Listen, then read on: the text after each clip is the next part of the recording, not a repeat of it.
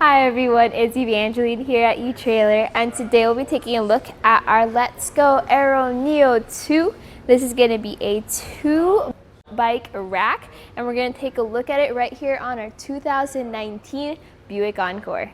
This is going to be a super compact and lightweight bike rack. In fact, it only weighs 15 pounds. So if you're looking for something quick and easy that you can store inside your trunk, pop that out when you're ready to carry your bikes, this might be a good option for you.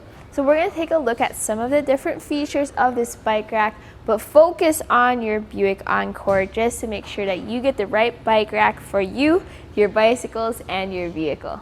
This does have a weight capacity of 40 pounds per bike, which is a little bit more than your traditional compact bike rack.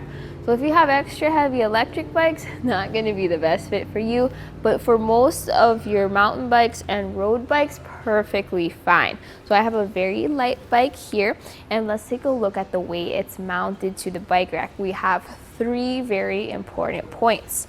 So there's 1 and 2 cradles. Notice how they hold on to our wheels with a rubber strap around it. That way, no matter what kind of frame you have, perfectly fine.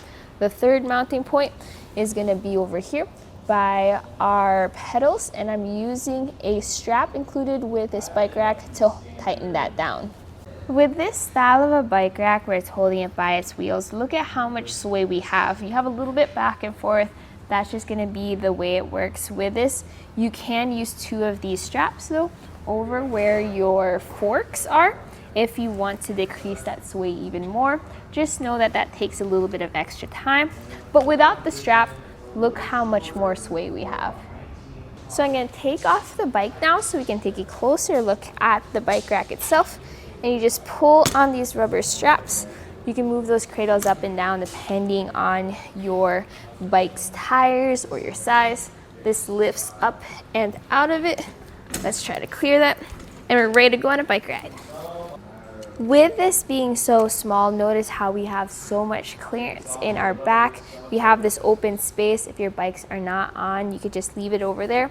You can still see your license plate, your backup camera is clear, your tail lights and your window are clear. But let's talk about how much space it adds to the back of your vehicle. So the closest point will be about 10 inches away from the car, and the furthest point, let's go from our bumper to the end of that cradle, and that sits at about only 22 inches. So very compact, very helpful for whenever you're backing into your garage or trying to park into a tight spot. Just don't forget you have bikes behind you. As for ground clearance, though, the Encore doesn't have as much ground clearance compared to some of your other vehicles. So measuring from the bottom of the bike rack to the ground, it's 9 1/4 inches. That's pretty much where your shank sits since it has a straight shank. So just be careful with your cradles. Try to put them on the highest point. That way your bikes sit higher up over the ground. When you go up steep inclines like your driveways or hills, that's going to be important. This bike rack does not tilt away, but the good news is with your Buick Encore, with your bikes off, or at least your back bike off, you can still open up your hatch, and you have the clearance between the door and the bike rack to do so. If you need to grab your stuff real quick, like your helmets or your bags, you can do so. Also, if you want to store this inside of your trunk, just take out those clips holding the arms in place, and these can pop right in there, just like that. So this has an 1 1/4 shank, which fits into our 1 1/4 hitch receiver. And if you have a 2-inch hitch receiver, that's fine because it includes a 2-inch hitch adapter. You also get the no motion anti-rattle hitch pin. So that pops right into your hitch pin hole, and you tighten it down with your own tools. So I use a 3/4 inch socket wrench to tighten that down. And let me show you how that works. So with that in place, you are going to get a little bit of movement on the arms itself, but the bike rack itself is nice and sturdy. So my personal thoughts about the Let's Go Aero NEO2 is if you're looking for something super compact, super lightweight, this is what I would go with. Comparing this with some of the other compact bike racks though, let's say the Highwood Racks Destination bike rack, That's also very lightweight, but it has a little bit more stability compared to this. Here you still get a little bit of movement on the road. You're just gonna have to really tighten it down with those straps.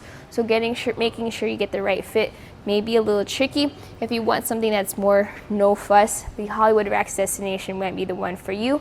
If you want more weight capacity and something more compact, then the Neo2 might be the one for you. And that was a look right here at our Let's Go Aero NEO2 2-bike rack right here on our 2019 Buick Encore.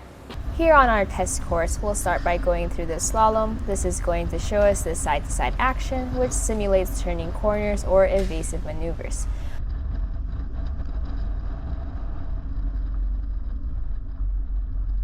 Once we get to the alternating speed bumps, we'll see the twisting action. This will simulate hitting a curb or a pothole or driving over uneven pavement.